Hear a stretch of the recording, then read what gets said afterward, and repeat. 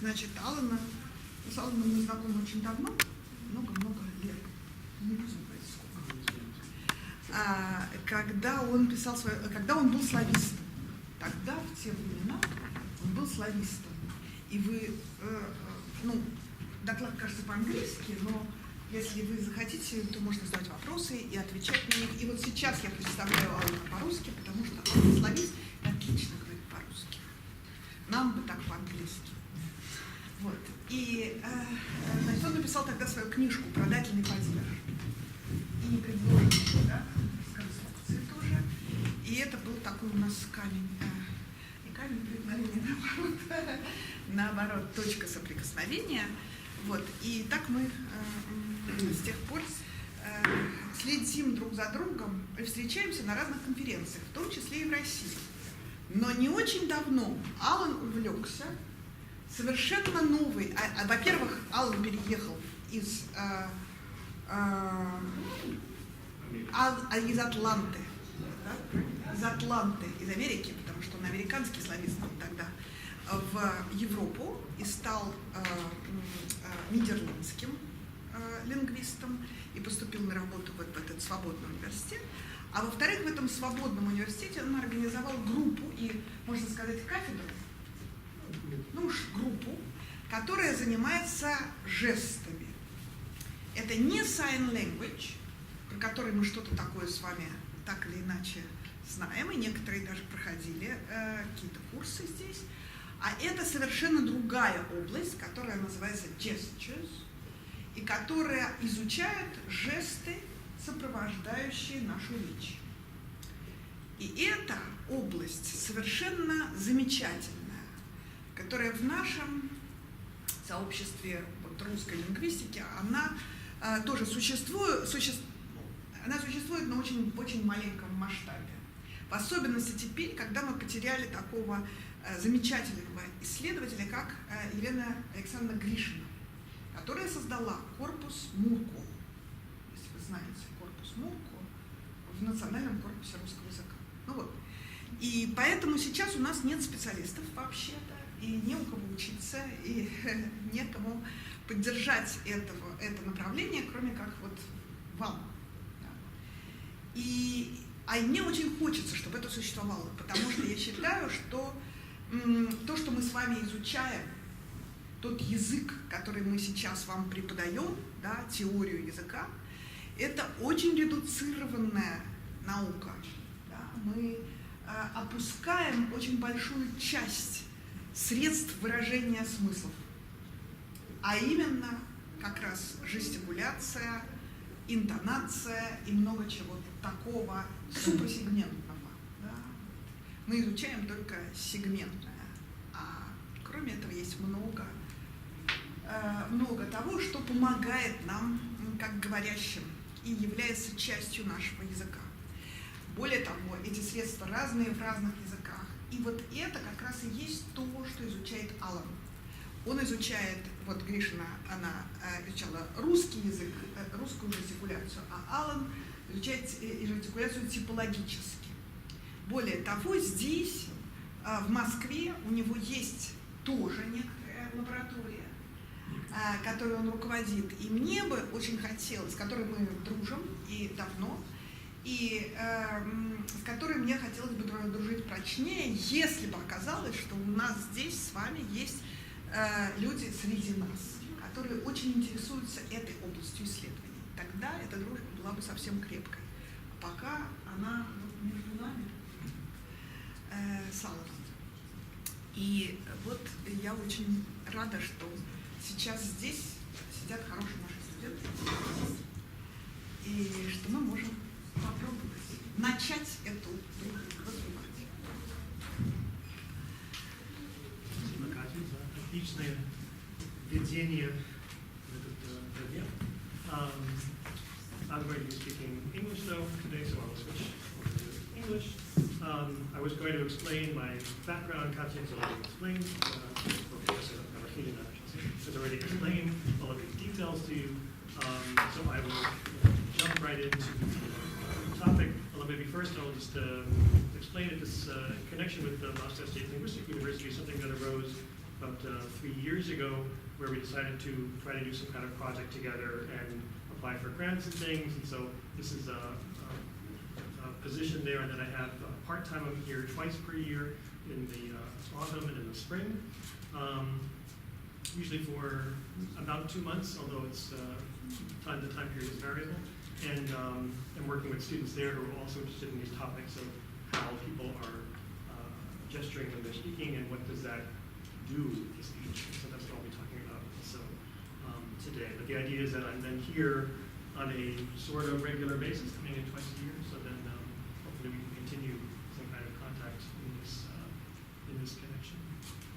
So I'd like to start with something really basic in terms of what are we considering to be linguistic data. If you're linguists and you're studying language, what is it that you're actually studying? And often, if we go back in the history of, let's say, 20th century linguistics, we have classic examples. Philosophers have spent hours thinking about sentences like, the cat is on the mat, which doesn't seem like there's much to say about it. Somehow they managed to write articles about it and have heated debates about what this really means. Or a more abstract example from Chomsky, sincerity may frighten the boy, using the same kind of structure of this subject, verb, object kind of thing. You get something more abstract, but do people really say things like this? That's a separate question. One feature of such examples is they're easy to analyze with these kinds of structures. This is where Chomsky built this whole idea of these sentence trees and syntactic structures, which you might be familiar with. And even with more abstract kind of examples, and you really have to wonder if someone ever said something like, Pavarotti asked whether Bond gives every fish to Lorraine, presumably it's Sophia Loren. But these become these classic examples that people working in semantics especially are trying to analyze. And I wonder though, where did such examples come from? They usually came from someone sitting in their chair dreaming up examples and saying, this is language, this is how language works, especially if they were native English speakers. And so it makes me wonder about how this relates to, if we're making claims about language, what are we really making claims about if we're talking about those kinds of structures? So I'd like to look at some other kinds of linguistic data. Let's look and listen to a little excerpt here. This is from a TV talk show called The View, where a bunch of American women are talking about current issues, political issues. And in this case, it's Whoopi Goldberg, actress, comedian, who is then on a telephone interview with Donald Trump when he was a candidate to be president. So she's trying to understand his issues. So what is it you're actually trying to say? Are you saying that all illegal immigrants, not just Mexicans, wait, not just Mexicans, all illegal immigrants? No, not Mexicans. From all over the world, including people coming in. We have people coming from parts of the world that nobody even believes. There's a lot more going on there than the cat is on the mat. And this is what I'd like to think about here. What's really happening with this use of language? It's actually extremely complicated. But that's not the only kind of language that we have. And this is, Katya mentioned that there's this difference between gestures and sign language, but it also is worth perhaps just taking a look at sign language as well.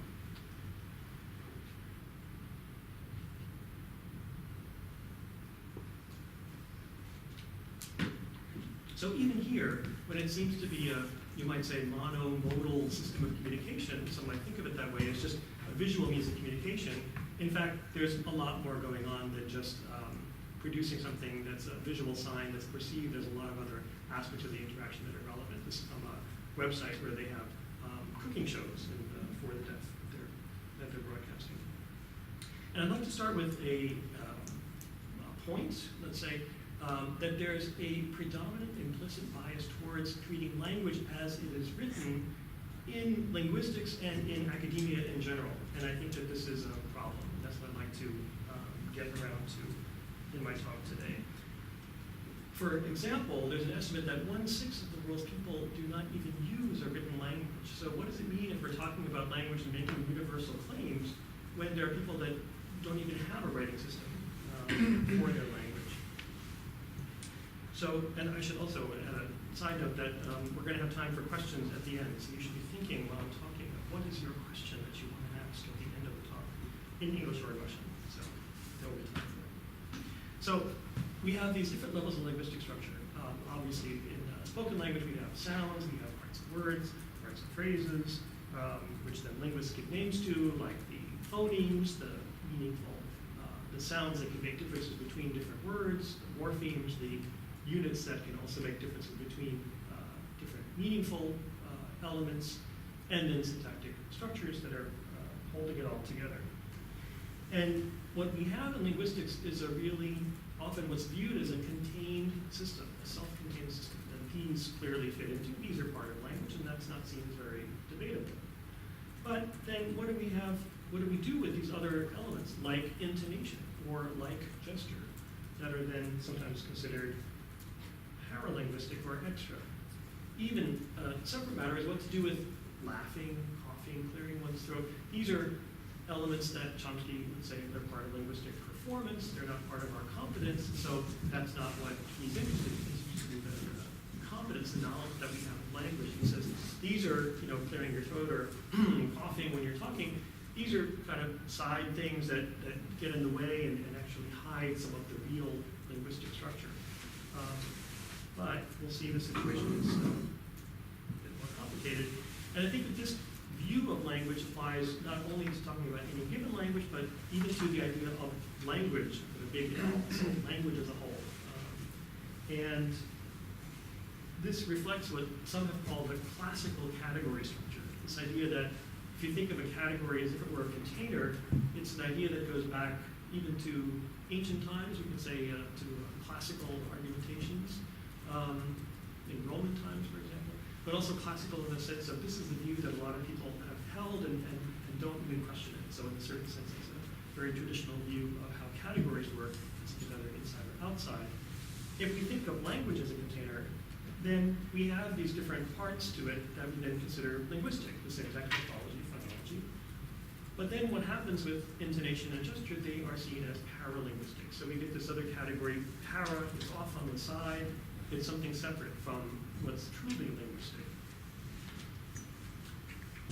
This means that then what's linguistic is something we can quantify, categorize, put into these neat little boxes, or circles in this case, but then the paralinguistic is seen as something that's messy, it's on a scale, so you could have different degrees of intensity and intonation, for example. But if someone utters a phoneme, then that's a phoneme. Or it's scalar, which along a scale is gradient. That's something that's different about intonation and gesture, at least as people traditionally view them in comparison with phonemes, morphemes, and syntactic structures. And I want to suggest that this is a hollow view of language. So how can we look at this differently? The framework that I work in is mostly in this cognitive linguistic approach, which is actually a group of different approaches that work together, and they cover different aspects of how language works. So in this cognitive linguistic view, which is something that's arisen more in the, say, latter half of the 20th century, the idea is that language is governed by general cognitive principles rather than a special purpose language module. So it's really seen as connected with other aspects of our cognition and also our behavior. It's a different kind of view. So already we're looking at language as something that is more flexible in its structure. So knowledge of language then emerges from our language use. As children are exposed to language when they're young, they start realizing these different kinds of categories and developing them based on the usage that is occurring around them. One particular approach in cognitive linguistics is this theory of cognitive grammar that Ron Lanneker has developed over most of his career, where he's trying to explain linguistic structures through general cognitive mechanisms and try to figure out how they work. And what he says here is that the words of the language, the lexicon, the grammar, consist of a linked pair of these phonological structures, the sound side, and semantic structures, the conceptual side. So pairings of form and meaning, or expressions of meaning, we can say. This is an old idea, of course, going back at least to Ferdinand de Saussure's semiotic theory of how language works, when he was connecting then the concept image, let's say, and the sound image, and thinking of how they work together and make a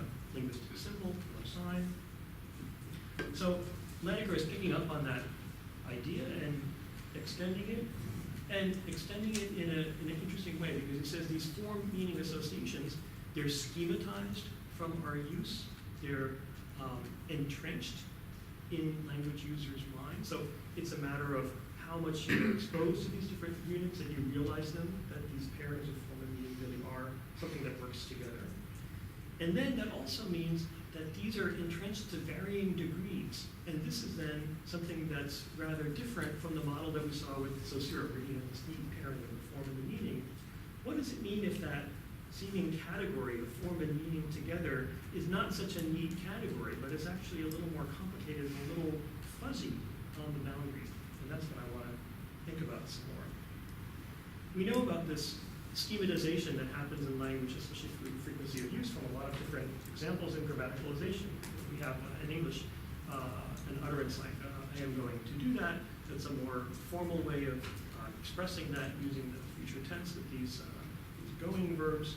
But then we can have a contraction, I'm going to do that, so we get I'm from I am, or even more colloquially, we have I'm going to do that. And we see this reduction that happens, this kind of schematization of form through frequency of use and frequency of pairing these forms of meaning. That's something that's familiar in linguistics in general. But it also can be seen as playing out in other ways, not only with the spoken language forms, these morphemes, the words, the lexemes. There are default prototype units of language. But then I want to talk a bit about some other categories. Non-lexical sounds, sounds that we make that don't really count as words for a lot of people. Intonation, and then gestures as well, and we might even think of some other categories. So if we start with this category of non-lexical sounds, what are those? If we look at, let's take some examples from American English, which the psychologist Herb Clark has written about, and we have these groups. Like in the first row, we have which then has different variations on it, or yeah, oh yeah. And you can say them in different ways, and if you look in a dictionary, some dictionaries will have them as words, some don't. Some forms, if you really transcribe it carefully, what the person said, it doesn't even seem like a word. So these forms have different variants in terms of their structure, and they also vary in terms of how fixed they are in meaning. So yeah, it's pretty clear that that's a form of agreement in some way, but then if you say, it's a little more questionable. What is that indicating? And it's more context dependent. We can even extend this further and talk about things like clearing your throat, or just exhaling loudly, or when someone makes a clicking sound. These can even be a turn at talk. If someone says something to you, you might respond with one of these things. Maybe you're annoyed, maybe you're thinking about what you're saying. And it seems too much of a jump to just say, oh, these are language, these are linguistic units. There's a kind of in-between area here. Also, it depends on how clearly they're produced and in what context they're produced. So we're seeing already that even just with the sounds that we make when we're talking, it's a little more complicated than simply just having simple words. So some we have a more fixed correspondence, others, declaring your throat, it's not so clear what that might mean. And in some contexts, these can become very important. So if you're in an emotional context and you're fighting with someone and they ask you, but do you really love me? And you say, that's your answer, it's a very significant move that you made.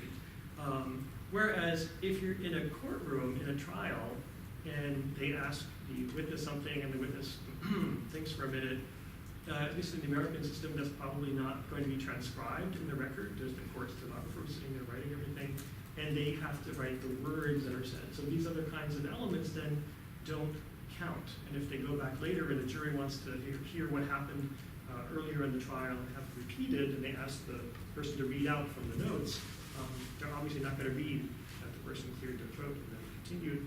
It's not one of the words they uttered. So it has a different kind of status here. We see then that non-lexical sounds are a complicated category with a kind of continuum of more or less fixed to their meaning. What about intonation contours? It seems like intonation is fairly clear. It goes with our speech, and it qualify certain things as certain pragmatic functions, but certain intonation contours can have a symbolic relation to certain meanings to varying degrees. And sometimes this is more fixed, the correspondence is more fixed, and sometimes it's less the case. If we think of certain utterances, you say, I don't know, and then in some contexts, someone can ask you something and you can say, I don't know, and not even utter the words very clearly. That I don't know kind of intonation contour can be understood by a native speaker, especially in the right context, as, oh, they don't know. Or something like, which can be no. And that doesn't even go with real words in a certain way, but can be understood as having its own meaning. But we also have other kinds of intonation contours. If you think of sort of a low high, where someone is really surprised at something. They can, what? They can say that without really uttering words. And it's clear that there's this schematic meaning of disbelief. And then even more schematic, we have the use of high intonation that often goes with new information versus low information for known information. This is one of the patterns we see in certain kinds of question-answer sequences, for example. So that's an even more schematic connection in between the sounds and the meanings, the functions that go with it. Let's turn to the gesture category and see how that's working. There we also have a pretty complex range of different possibilities. Adam Kendon is a researcher who's been working on this for decades, and a lot of current researchers on gesture go back to his work. David McNeil, who's mentioned, is a psychologist who has drawn a lot of his work and then developed it in especially experimental research. But basically, one of Kendon's claims is that the gestures that we're using as we're talking, that we realize that we're making, they also vary on a scale of being conventional as signs. And so I want to look at these different points along the scale, from what are called emblems, which are more fixed signs, to recurrent gestures, which are semi-fixed signs, and then more idiosyncratic gesturing, which is extremely variable and dependent on context. So let's start at the top with the emblems. And this term goes back to David Effrin, who talked about emblems as these kinds of gestures that have standardized form and that then have a fixed meaning that goes with them. So if you think of any gesture that someone can make as a sign and use it, hey, thumbs up, that's great. Let's see some examples. They're gestures that you clearly use intentionally. You used it to try to say something, as it were, to someone in a given context. And they're also used culturally. Specifically, if you use them in some cultures, they can have very different meanings and be misunderstood. So we have our classic thumbs up example. This is from an old ad where he's trying to sell us computers and tell us that that's going to be great. Or in a library, in an American library, you might see the librarian telling you to be quiet, for example, just by doing that. And then they also can be greetings that are also certainly culturally specific. But these patterns then are quotable. You can then quote what someone said. So, what did they say? And then do one of these gestures, and it can be understood as similar to words in certain ways. What are recurrent gestures? There's another category that has been studied by a group mostly in Germany. Jana Bressum, Cornelia Miller were part of a big project where they had a big grant from the Volkswagen Foundation, and they looked at a corpus of German conversations and started looking at it without the sound, just to see what was going on. And doing this analysis of the forms of the gestures that they saw, they then started finding patterns that came up again and again that were not just those fixed signs that someone did something. There was something more flexible about them. What they found was groups of forms, patterns, were occurring with certain variations. And then when they turned the sound on, they also saw that they went along with certain kinds of meanings. So let's look at an example.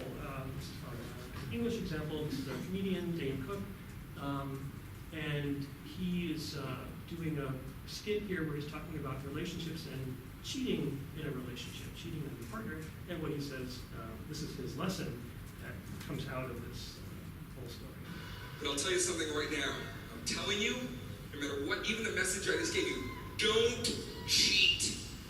And what I want to look at is the first part of that.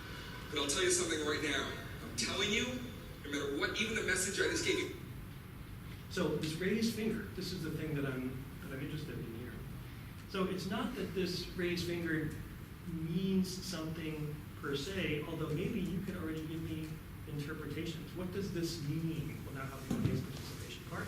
What does this mean when he holds this up? If you had to put it into words, it means something like Please pay attention. pay attention. Something like pay attention to what's saying. It doesn't mean don't cheat. Just doing that doesn't mean don't cheat. But it means something about, it's the trying to get somebody's attention kind of gesture. This raised finger, the stretched index finger. And this is what Russell and Miller talked about, is that in many different contexts, this is coming across as having that same kind of function. You might remember Whoopi Goldberg doing the same thing. Mexico, wait.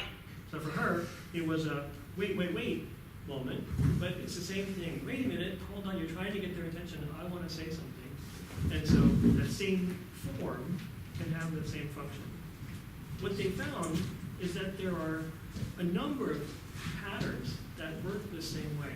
So we have the stretched index finger held up as one, but then there are things like the ring gesture. These are from German speakers, but they apply across many, I would say, at least Northern European cultures, if not further. But we still are waiting empirical research to really see if that's the case. So the ring gesture, this making a specific point, something called the precision grip, is something that you see in many different cultures. But again, it's not that if you do this, that someone says you can put that easily into words what that means. But when you see it over and over again in these contexts, you get a sense of, okay, they're trying to make something precise. Or the cyclic gesture on the bottom. This is this idea of the rotating hand, it can be rotating arm, it could even just be a finger that's rotating. And it has to do with, maybe you can even tell me, what does it have to do with when someone's doing this? It has to do with don't stop, something could be going on, continuing. So some process that's going on. And it can be used to say, I'm not done talking, I'm thinking, I can't think of what I was trying to say. Or, I get what you're saying, keep going on. It can be used to make a point to somebody else as well. So it has a range of functions that are that are fairly limited, and a range of forms that have to do with this outward kind of cyclic movement. It's not this, that's different. The holding away gesture, another one of these things. Again, what could that signify? Someone's talking, you're talking with someone and someone does this. It signifies something like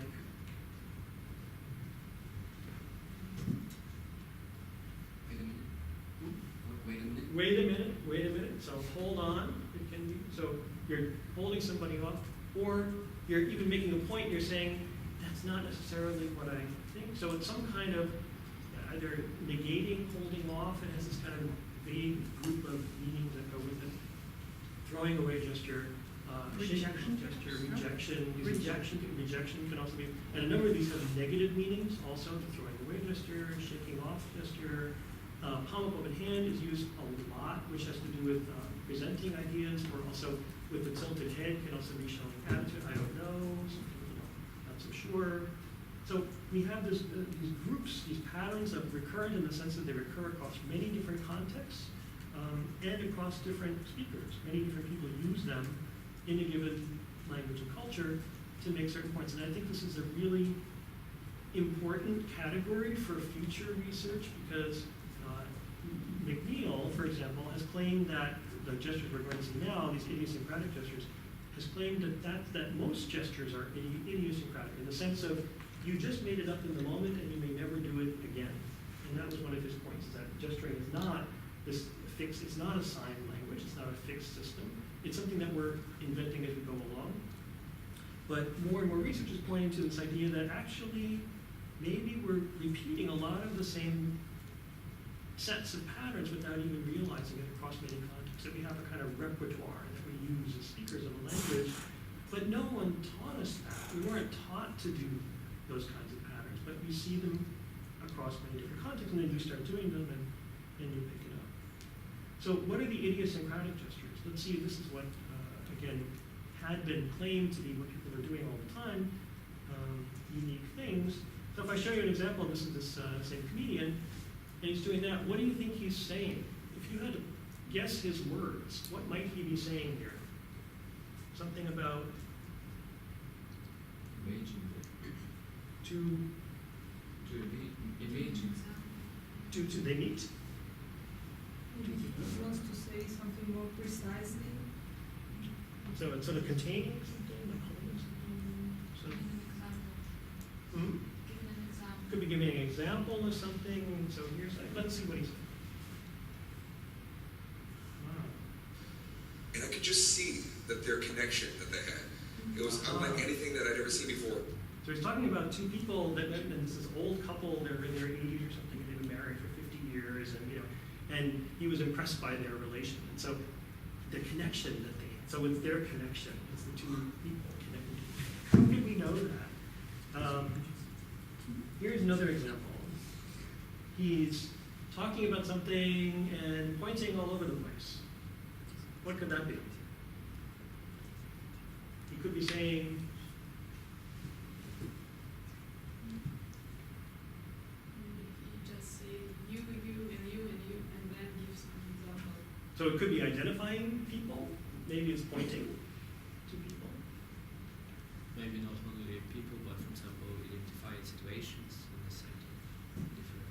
So like the topics, the things he's talking about, this, and that, it could be, also depends on how fast or how slow he's doing it, also, that's another thing we don't know.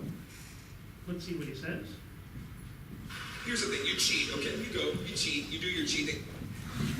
Not what we expected. Let's see that it's very fast, let's do it again. Here's the thing, you cheat, okay? You go, you cheat, you do your cheating. So it's about people going and doing something they shouldn't be doing. So, but you go do it. It's kind of dismissive. You go, you do that. You do that. And so how do we know that? It's really tied to the speech. Those are not recurrent gestures. Those are one-off gestures. They're things that you need to know what the person was saying to make any sense out of it. But once you know, then it makes perfect sense. In retrospect, you say, oh, I see how the form relates to the meaning. But in advance, we don't really, because we don't use them repeatedly in different contexts, we couldn't guess as easily what's going on with those. So these are these idiosyncratic gestures that we only figure out what they mean partly by iconicity. So iconic relations where the form of the gesture relates to something about the form of the thing referred to. So like in that case, it was the connection that they had, those two people, sort of like the parts matched each other in some way, perhaps. And the verbal context. We need to know what he's saying in order to be able to figure it out. And so those are more unique in terms of, they're unique, they're more unusual in terms of being used once and then maybe never again. Camden used this term gesticulation for them to try to set them apart as a different category and say that gesture is a big category, but the spontaneous things, let's give it a different name. Most people just call them spontaneous gestures or idiosyncratic gestures. We've seen then a number of different categories where you have a range of forms. Some are more symbolic and clear, where the connection is between the form and the meaning, and some it's much more dependent on the context and less clear. We could even think of other kinds of behaviors, possibly. But we are stuck with this view of what's linguistic and paralinguistic. Sherman Wilcox has presented it this way, where we have, on the one hand, what we think of as linguistic, it's conventional, you can count the units, they're more used, they're linearly structured in a certain way. We have that choice. They can be combined in certain ways, and they're not so dependent on context. You can use the same word in many different contexts and have it be similar. Whereas the paralinguistic thing is seen as gradient, holistic in the sense of you can't break it up into parts, and therefore it's not so easy to count these units. One gesture flows into another, and they're more dependent on context. And again, I want to suggest this is a problem if we think of this as having a big line between these two categories.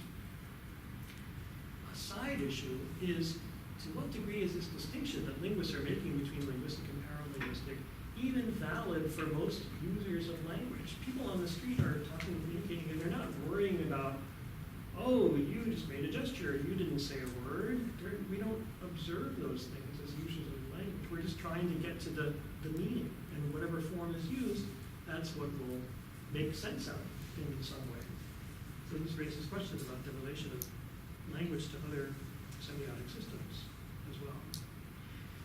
And what I want to suggest is, so how do we get out of this paradox of having these two categories? We see this kind of a continuum of use of form and meaning.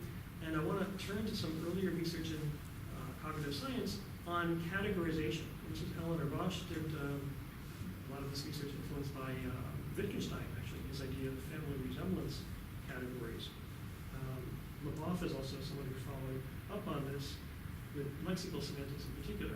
And what he says is, if we take a series, he did an experiment where he took a series of images and started with, okay, a cup, this is number 1, and then we can take a number of other items. What do you call these items? So 2 is a cup, 3 is a cup, 4, 5 is a kind of strange cup that is really wide. And what he did is ask people just to name them. They were seen in different orders, and different people saw different orders, and asked to give a name to them. And finally, by the end, more people started calling it a bowl than a cup.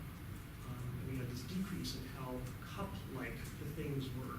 So a change in the relation of the diameter, as we can say, to the height. Also, he did things, experiments also with different heights. It becomes like a vase versus a cup. Has an effect on what we're calling the item.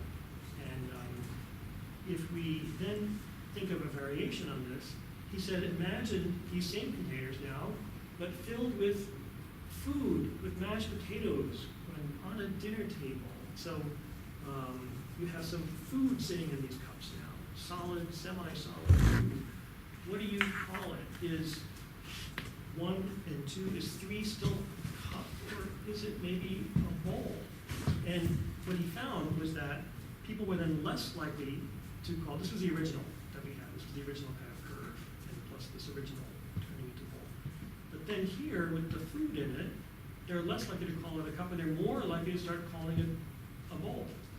So there's a change just depending on what you're thinking of as being inside the container.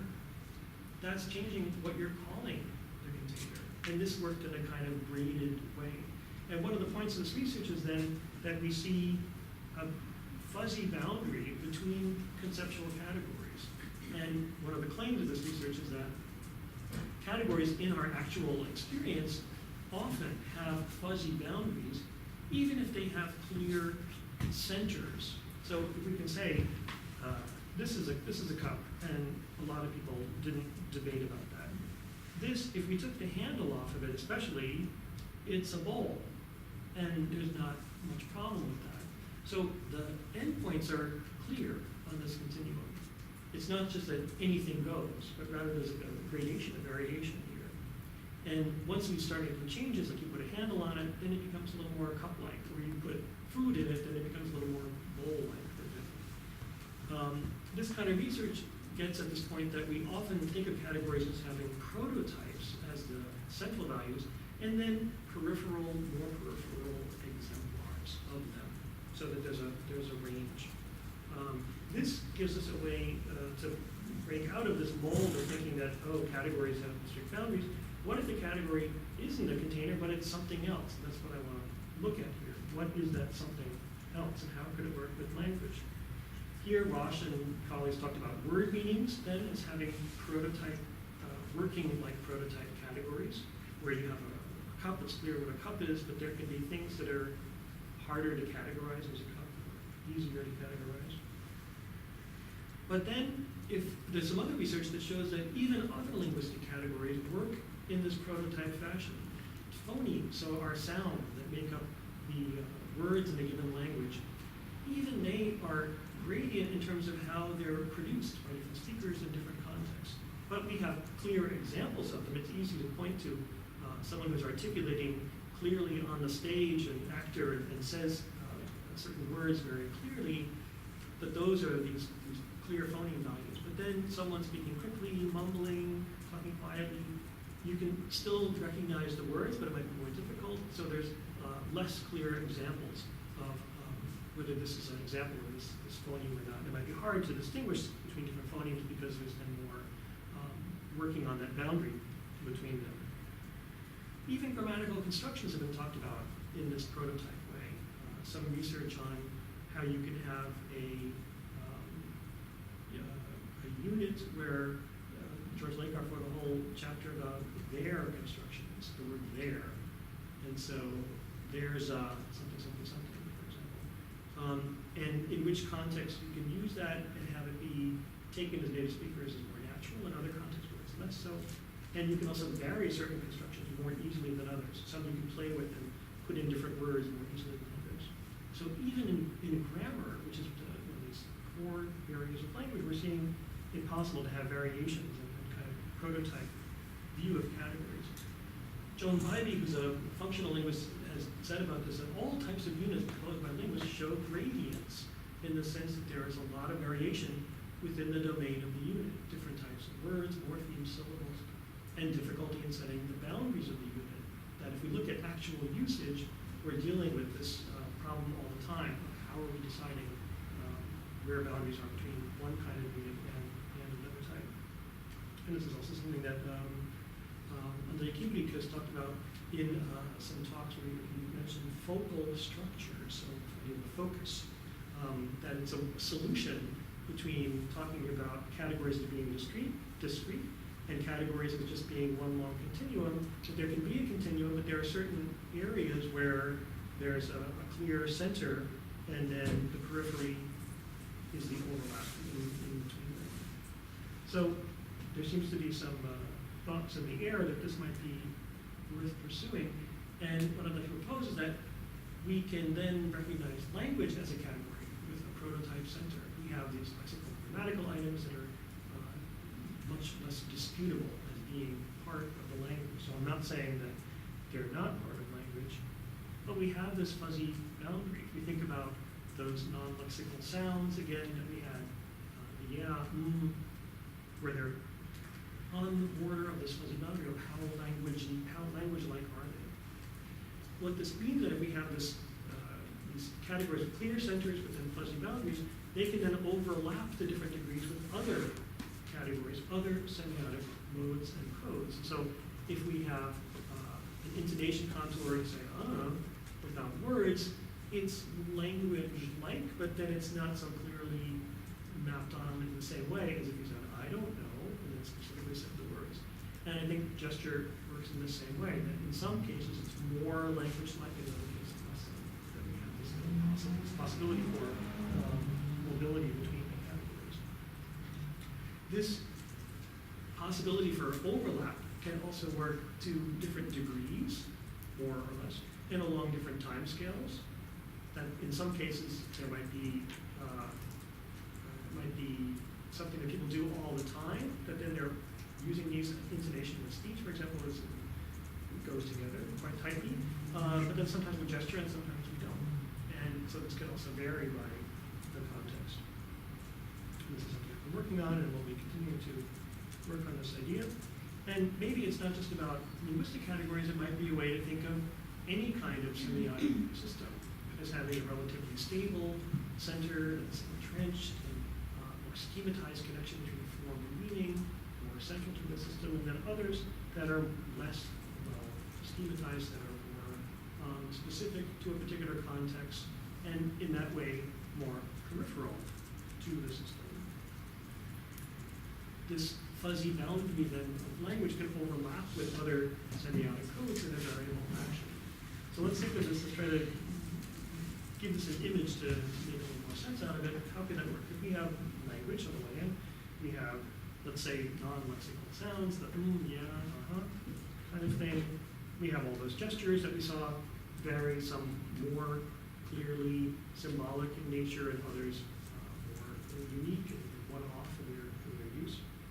How do we use these in real context? If we think about, what if you're listening to somebody but not looking at them? Maybe you're listening to the TV and not looking, or listening to the radio, or just looking at somebody, you're not going to pick up on their gestures, even though they might still be gesturing. You're focusing then more on the language and the sounds that they're producing.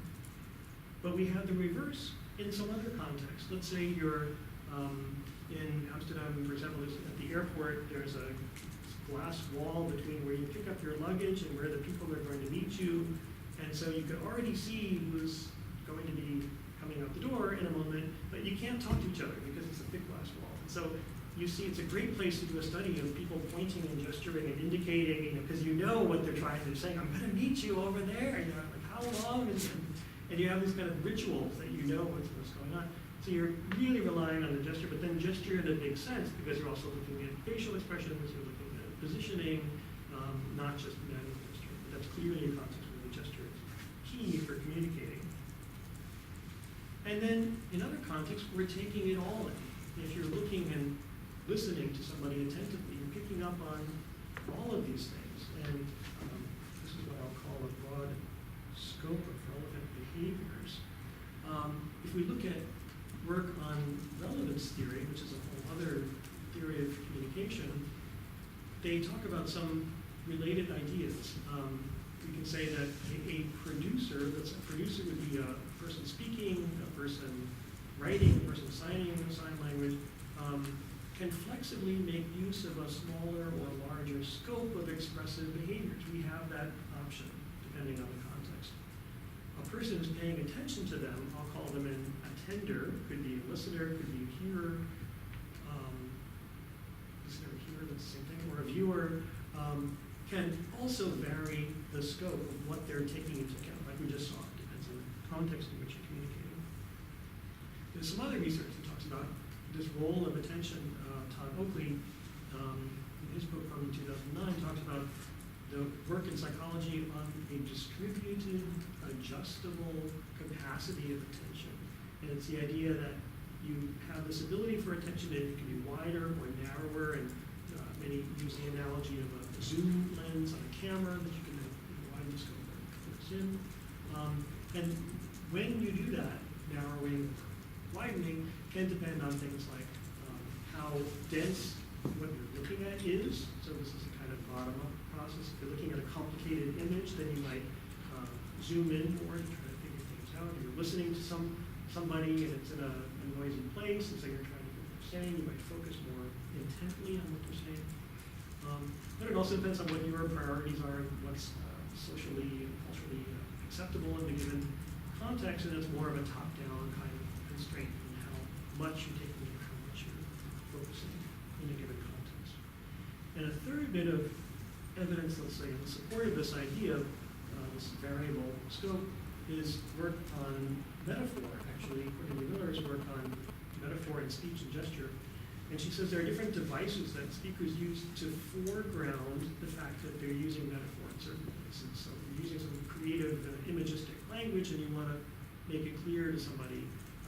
The example that she uses, a woman who was talking about her first love relationship, and she described it at length, and finally she concluded, well, it started like this and then it progressively went like that. And so for her, it was something that had its ups and downs, but it's clear that at the beginning they were more extreme, and eventually they got smaller, and eventually things went downhill.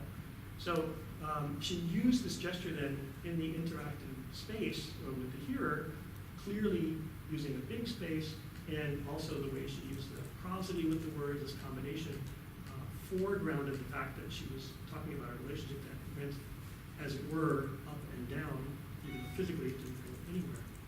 So the size of the gestures, or how you're using them in relation to where the person can see them or not.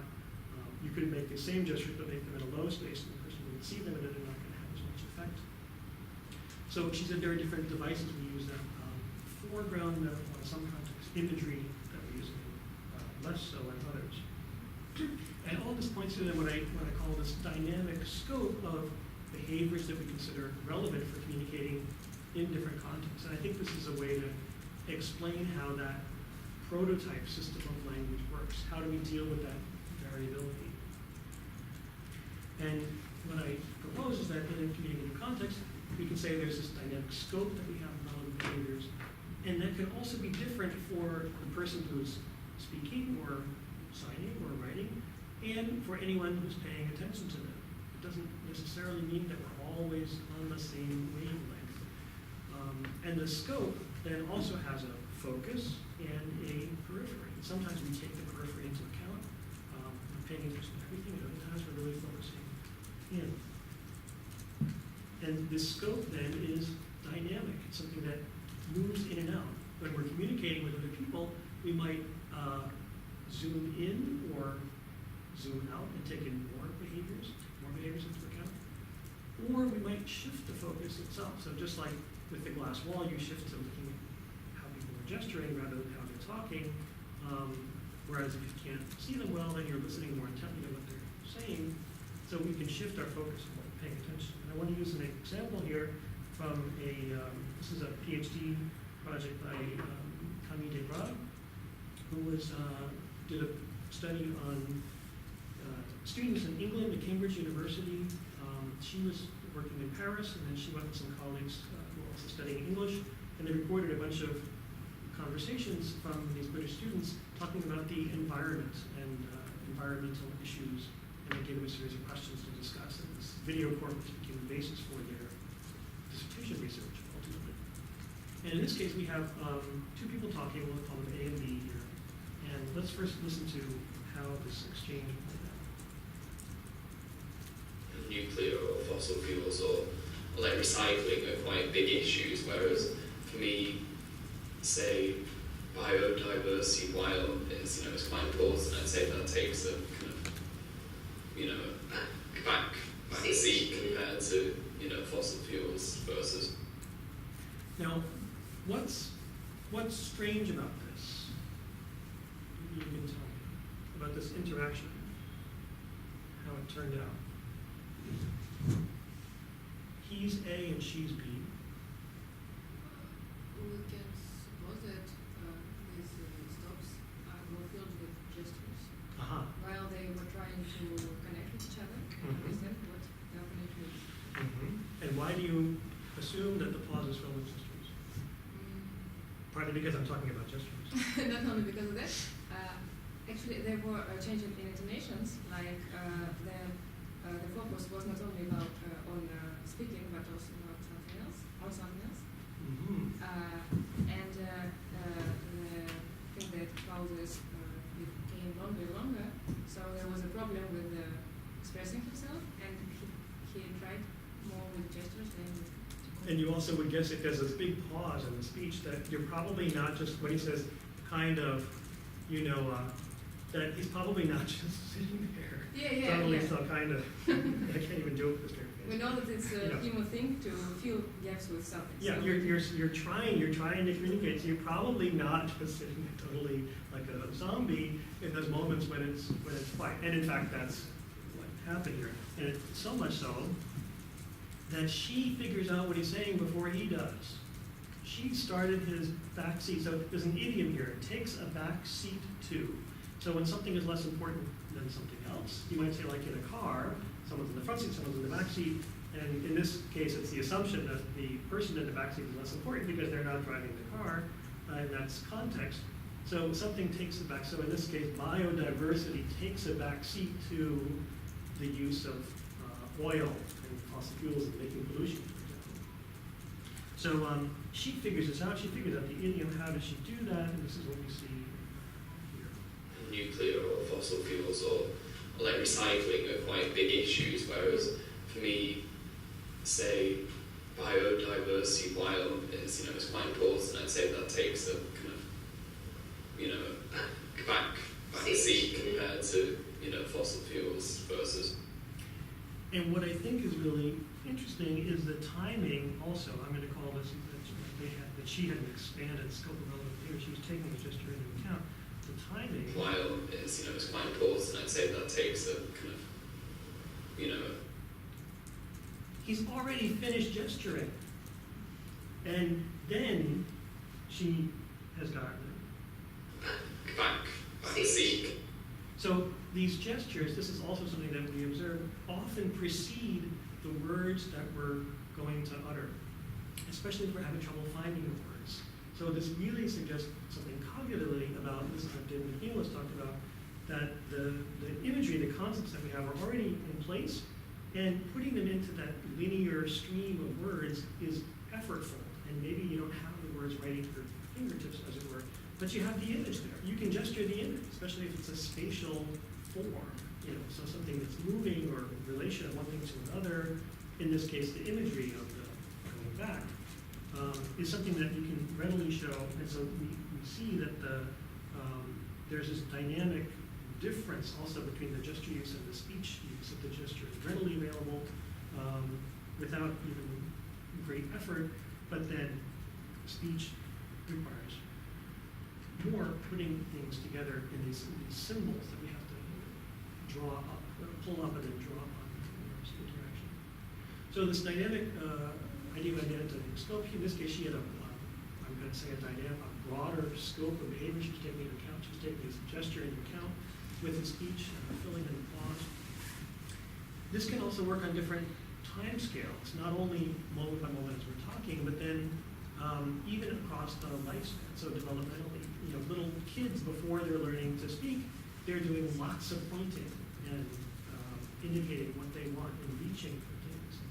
So that's taken into account by the caretakers in terms of their communication with them. And conversely, people who are old and maybe had a stroke and then they have brain damage and can only utter a few words. This is something that Charles Goodwin has done research on, how they can compensate through the use of gesture with the minimal words that they have, and that's something that can also be developed as a skill. You can then learn how to do that better and communicate better.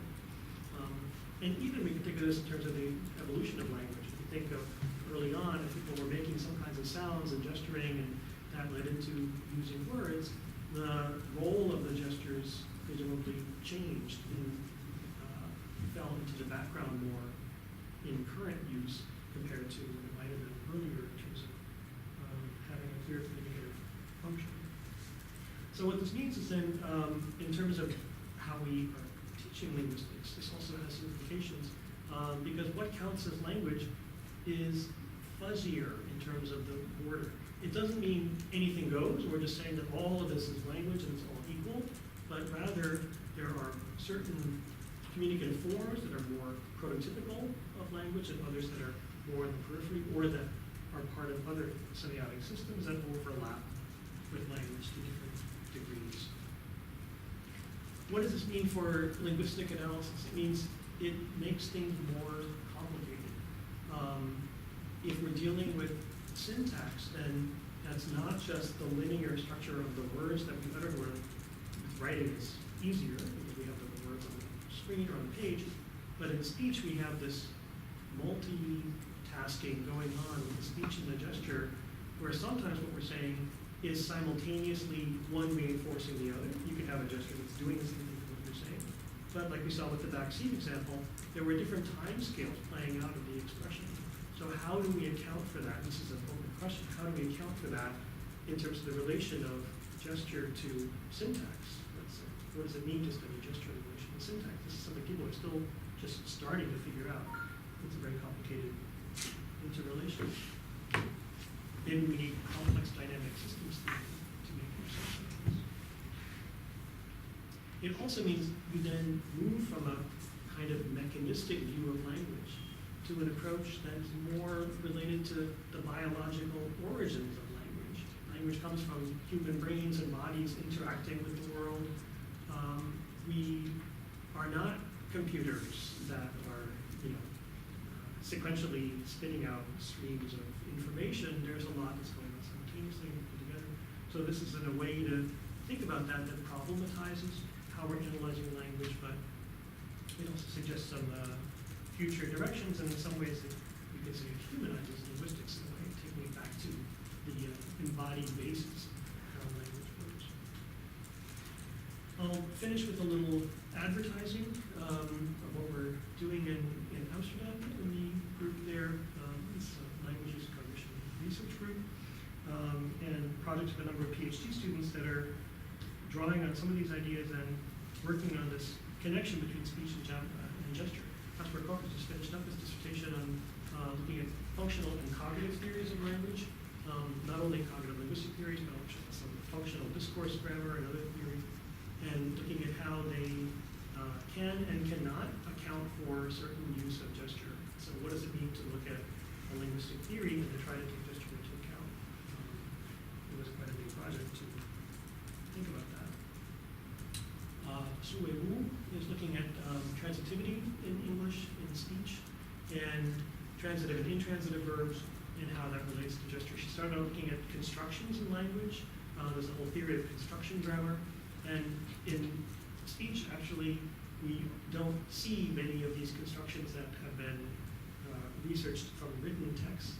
We use different kinds of structures in language, a lot of repetition, a lot of reformulation, but the idea of transitive and intransitive is a basic category that turned out to actually have some implications for what we're doing when we're gesturing, what we're depicting or what we're not depicting when we're gesturing. Another Chinese PhD student from Xiamen University is doing a double PhD with us in Amsterdam, looking at aspect, so the grammatical category of aspect in Chinese, and progressives and non-progressive verb forms in English in relation to use of gesture in speech. So Chinese, it turns out, has something like 12 different categories of aspectual particles showing progressive or duration or continuity, or and they can be grouped together into some bigger categories, but you have all of these different morphemes expressing these different categories. And this, in a way, compensates for the lack of morphological tense forms, so they don't use tense in Chinese, but rather they're using these different aspect forms. And she's looking at how that plays out in relation to gesture. From the Moscow State Linguistic University, Valeria Denisova is also looking at aspects, but in the Russian context, and this is part of a project that I'll mention as well. From a set of narratives, people telling stories about different kinds of events.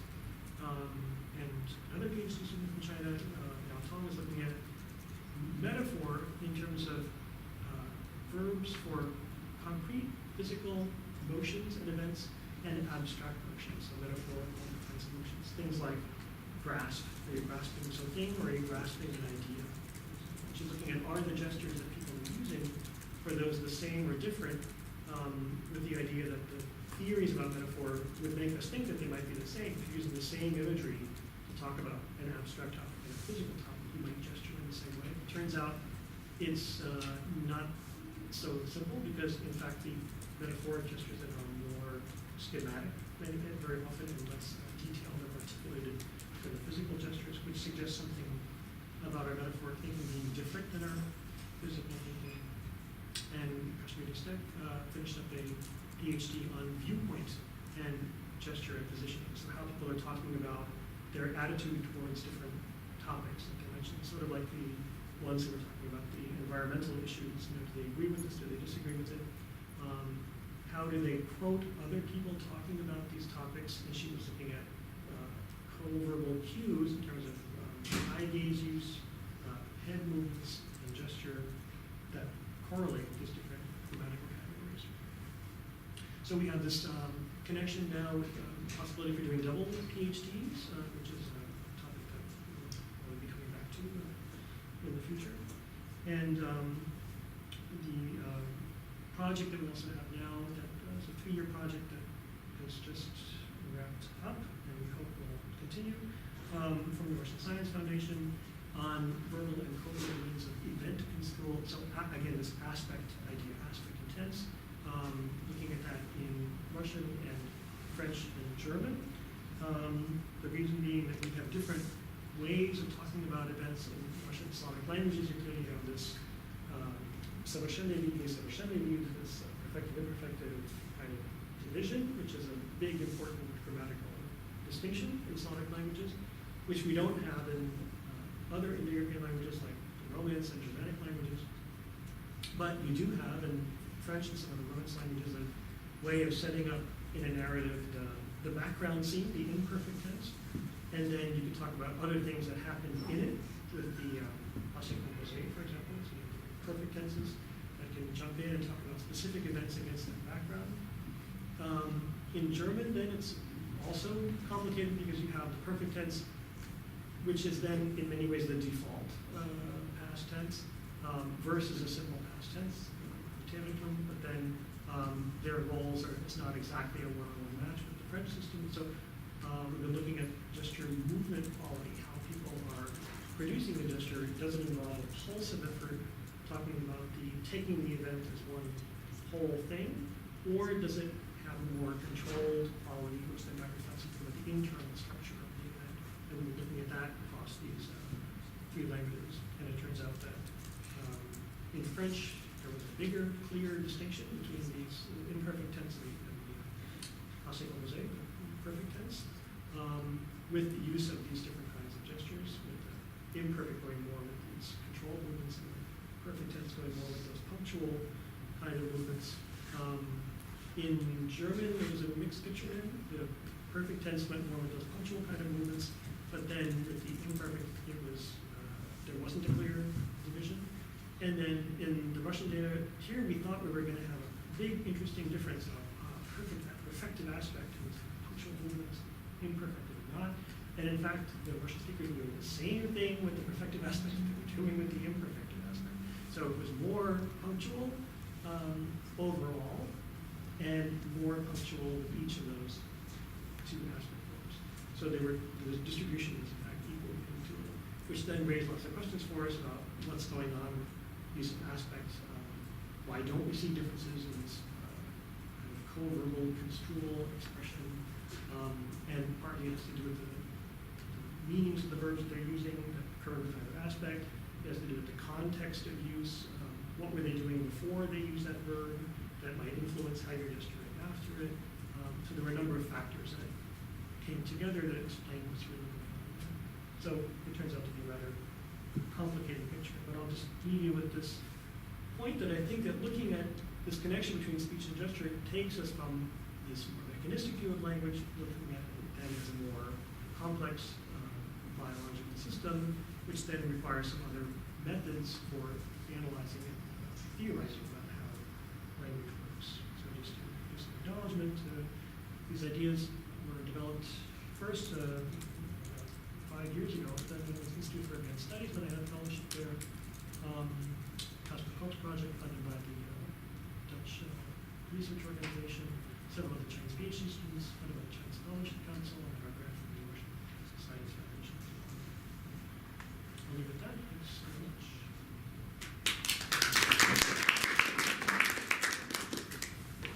And now your questions. Saving and writing down.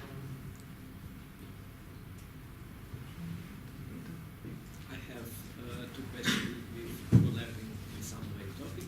So the first one is how one can distinguish gesticulation, for example, and meaningful gestures in sign language speakers. So what are the mechanisms that help them? For example, you show a video with different speakers in sign language, which both used gesticulation and meaningful signs in their sign language.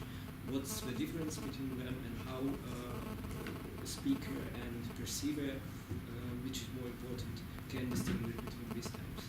So do you mean, how do you distinguish between the signs and the gestures within the sign language use? Or do you mean, how do we distinguish between signers' signs and speakers' gestures?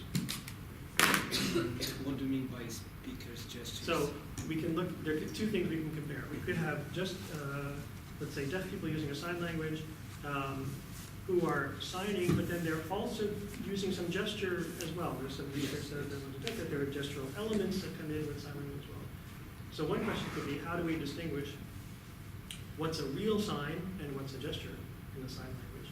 And another question could be, is there a difference between the signs that the signers are producing in the sign language versus the gestures that speakers are producing when they're talking? If I'm talking and I'm doing things, how do I distinguish those things formally, let's say, from what people are doing when they're using the sign language? So which comparison, or did you mean both? Which comparison did you mean? Within the sign language? I mainly addressed the first comparison. So within the sign language? Yes. Like, okay. So how do you distinguish signs in a sign language from gestures in a sign language, let's say? Would that be the question? Yes. Okay. There's some, I'm not an expert on sign languages, but there is some research that has looked at this and pointed out some different parameters you could use. One would be that sometimes there are gestural elements that are overlaid on signs of a sign language. An example would be the space that you're using. So are you, there's an example, I think it was Scott Liddell written about an American Sign Language, someone who was signing and then trying to show their relation with the person that they're talking about, whether they had a close relation or not a close relation with the person. So they actually used a more distant space when they were not as emotionally connected with the person. Still signing about that person, but then the location became important. Some other people have written about how there can be gestural interjections in sign language use, where then there could be signing, and then someone indicates, I'm going to show you, I'm going to do what some call constructive action, I think, where then you go and you imitate what someone did in a certain context, for example. So that's also maybe unique to that context, but then you're enacting, performing, in a sense, what happened there, and then you go back to the signing. So that can also be a kind of interjection of what is more gesture-like, I guess you could say. So those would be two ways. But I think another way to look at it is also in terms of the effort involved in the production. It's very effortful to produce signs in a sign language, that the articulation has to be distinct and clear enough for someone else to recognize the signs. That's very different from a lot of the gesturing that speakers are doing when they're talking, or maybe also that signers are doing when they're signing, that there can be more relaxed hand shapes when you're, especially if a speaker is gesturing and they're not really thinking about it, they're not, making detailed forms with their hands, unless it's something that they're highlighting, in, like the example I talked about with the relation, where she really tracing out this big path. That was clear that she was trying to communicate a specific point, but doing so it's more effortful. So I think effort in terms of production is also maybe, from the production side, a criteria you can use to see what's more sign-like or less sign-like. It also has to do with convention, what's more conventionally used versus not conventionally used. It's interesting. And may I ask my second question? The second. Okay, so the second one is about sound languages, and there is an evidence from psycholinguistic experiments that people who produce specific hesitation pauses with some containers like or something else, it raises the listener's attention, and it has a main effect of enhancing, for example, understanding, and the listener is very alarmed. He or she tends to think that the next thing that the speaker says would be something very, how to say it, effortful, very difficult to produce. So, and there is an experiment where they compared these two listeners listened to hesitation pauses and also sentences with cough. With when you clear your throat or do something very non-language-like. So, and they found that there is very slow effect of something non-language-like, like cough, for example, and even it's not, there is no effect at all. So I'm wondering whether some points on this scope of language and language-like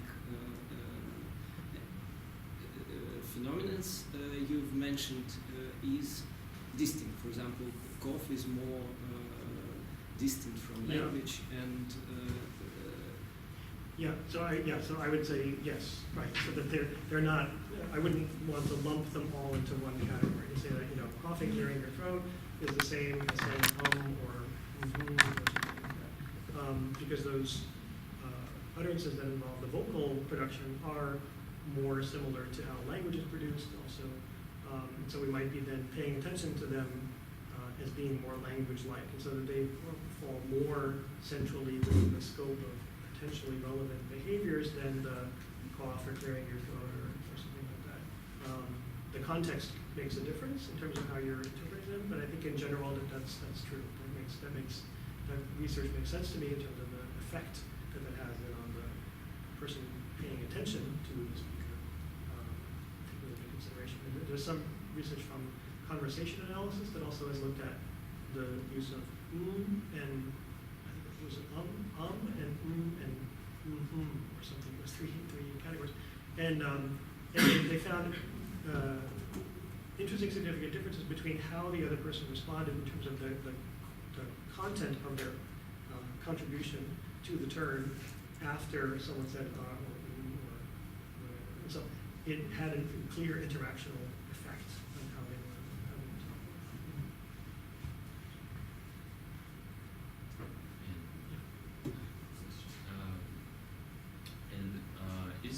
Are there maybe in some languages or in some language cultures that some evidence about like obligatory gestures about some like grammatical categories like Yeah, I don't know as much in terms of grammatical categories as in terms of lexical categories. So certain words that are used that, for example, deictic terms, this and that.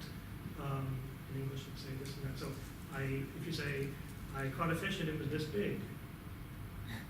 How big was the fish? If I caught a fish and it was this big, then you've said a complete utterance now, And so these deictic or referential terms of this and that, which one do you want? I want that one.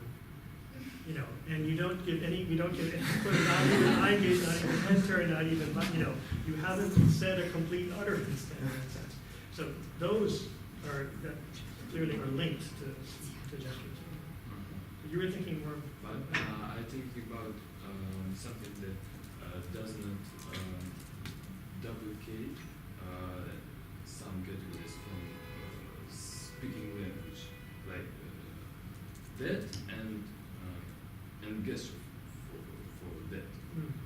And is there some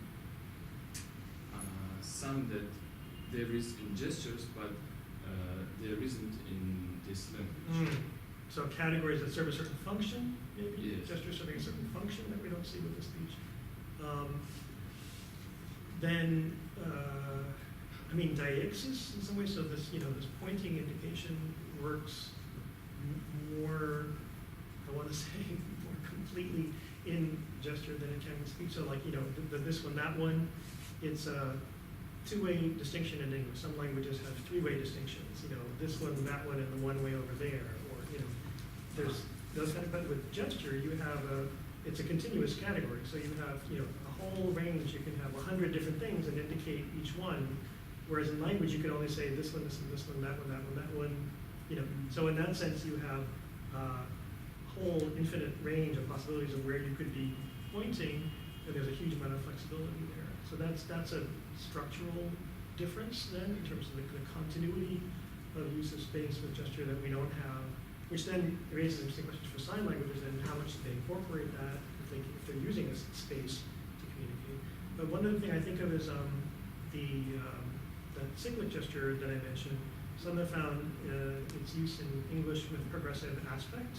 And so doing something, and so then we were thinking, we were walking, and it's not obligatory, but they in some corpus studies found that if there was any gesture, that often it was those kind of cyclic gestures that would go with.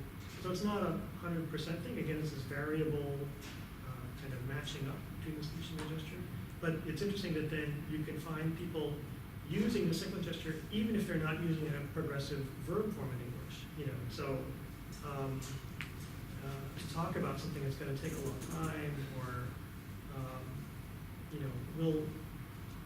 we'll see what happens. And so it's this idea of, in the future going on, let's keep watching what's going to happen. There's that sense. So it can add that sense, which is interesting. And also also negation. There's research on these kind of sweeping gestures of palm down, moving outward, going across, with negation, that then can be used in place of the words. Do you want to do that at all? You can do this completely none, not at all kind of thing, but it can also go with speech. So those gestures can then have a semi-grammatical function. So, and this is, again, these recurrent gestures that we're only starting to find out about in different languages.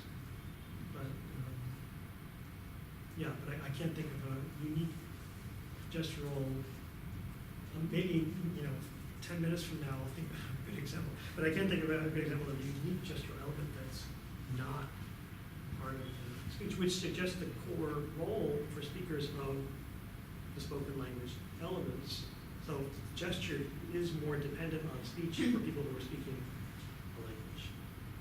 And it's only in special circumstances does the focus move to the gesture, like you have the glass wall and you can't talk. Then you're relying on the gesture. But the default is going to be to use the spoken language forms. So there's a different relation between speech and gesture dependent on speech. And so have some additional meaning, like, I don't know, absolutely, like negation plus something, absolutely, which is not grammatical. Yes. Yeah. And then this ongoing process or iterativity, but with speed, which is not relevant for the grammatical system. Yeah, so there are qualities in the gesture that we don't have. So, but we can do that. We can add something, and it's interesting what. Yeah, and so there's the spatial dynamic parameters, and like you said, the speed or the intensity or number of repetition, speed or something, and this intensity again, the intensity idea of intensity, but with negation. And it's really connected with, again, spatial ideas, because to talk about color, how do you gesture color? The sky was really blue. You can only do like some kind of extreme, but then that could also mean it was really sunny and bright. So it's not spatial. Color is not a spatial domain. So we can't gesture that spontaneously. There's not an iconic relation between the forms of gestures and color. There's other domains, also temperature. And I have also a question, perhaps there are others. No? Other questions? No? So, are there universal gestures? Like, what do you think? Because you see that now you know that Alan is an expert, and he has several books. It's all relative. Yeah, and so on, and 2 laboratories. Yeah. So, and plenty of PhD students, by the way. And so, are there universal gestures? Yeah. I would think we don't know enough about. Perhaps these are those which are more frequent, most frequent, yeah?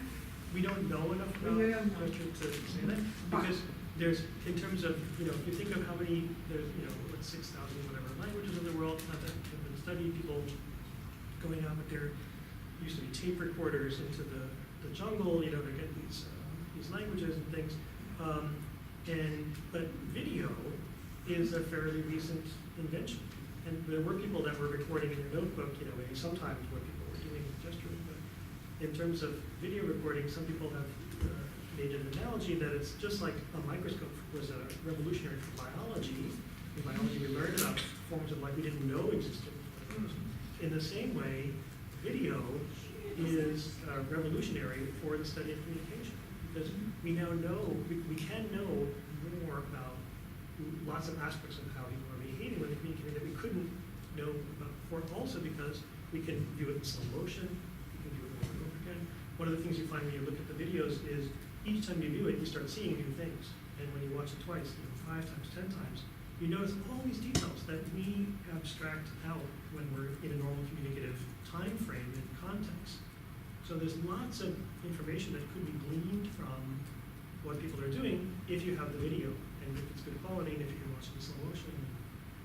So we only know about we know about English, French, German. We don't know much about Russian, actually.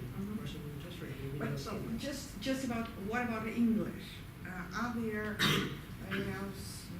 gestures which pretend to be most frequent, most relevant, and I think it would be those recurrent patterns, but again, that hasn't been studied for English per se. But there is, more research happening on that. But I think that's something we need to find out about.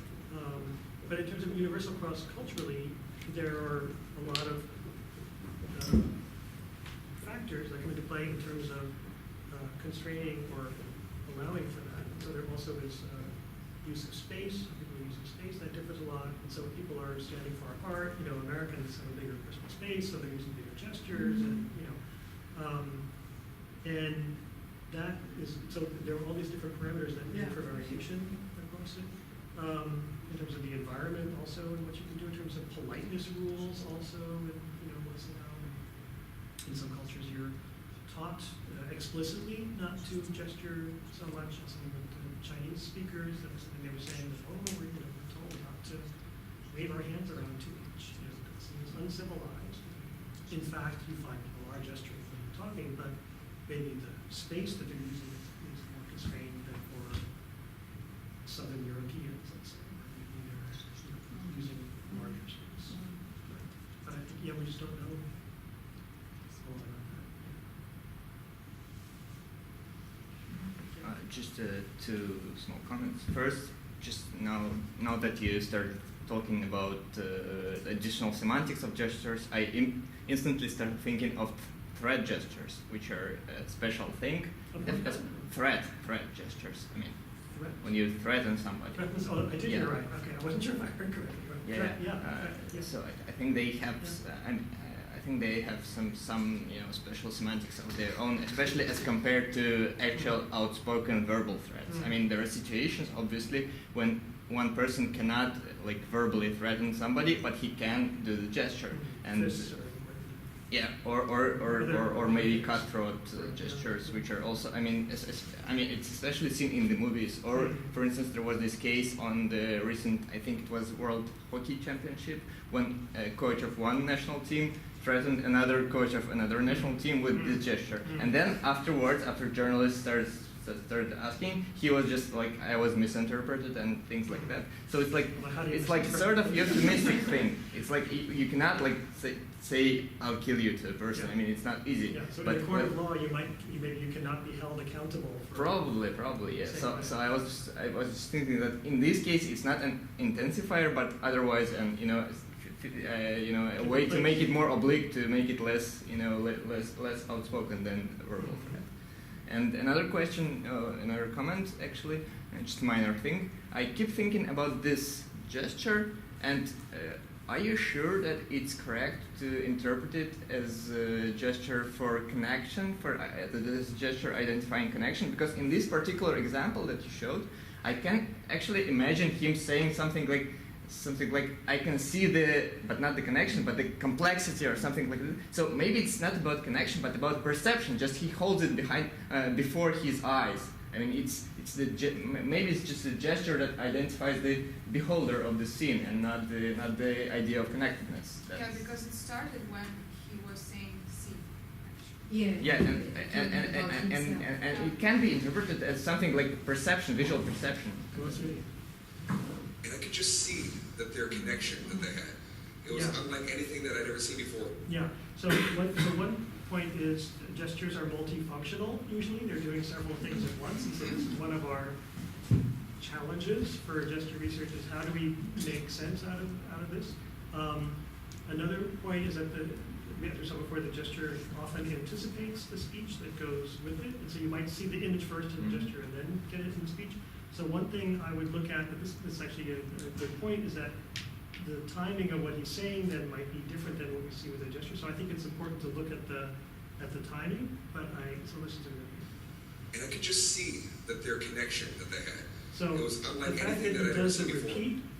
repeat of it is interesting to me because you can also exploit what you just did for a new purpose. So if you just did this, maybe you're more likely to go back to this with some other meaning that you're expressing. So in fact, maybe the meaning can change with the second production. So maybe at first it had, but this is again all, I'm just sort of speculating on the fly now, but you would want to look at the forms of the hand and what's called the mode of representation. So is it as if holding something? Is it being something like this is a piece of paper?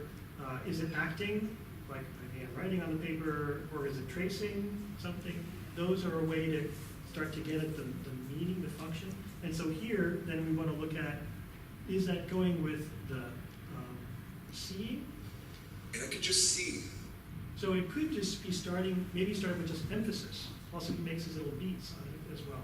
So maybe it just starts with like, wow, really something or other. You're doing this thing, and then maybe he exploits it for the next idea. That their connection.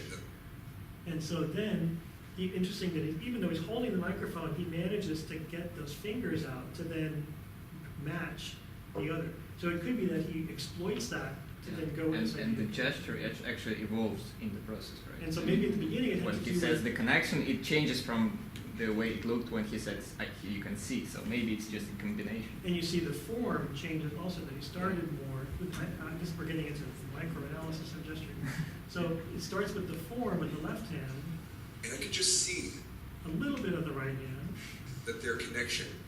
And then the right hand opens up more. So you also see the form goes with a change in the meaning and the function just in these two words, see the connection, and then he finishes up. That they had. And then he holds it and makes just kind of for emphasis these little beats on it. But this is, I think, a great example of how you see this microanalysis of behaviors that when you watch it, we're just trying to get what's the main meaning. We're good at abstracting main meaning, and we filter out tons of detail. We don't pay attention to pauses, intonation, repetition, and things. Then when you go back and look at it, there's a ton of things happening that make sense, and that maybe we pick up on subconsciously without even realizing it, and use it to help interpret what's going on. That's part of what I find interesting about it. Maybe we should wrap it up. Thanks very much.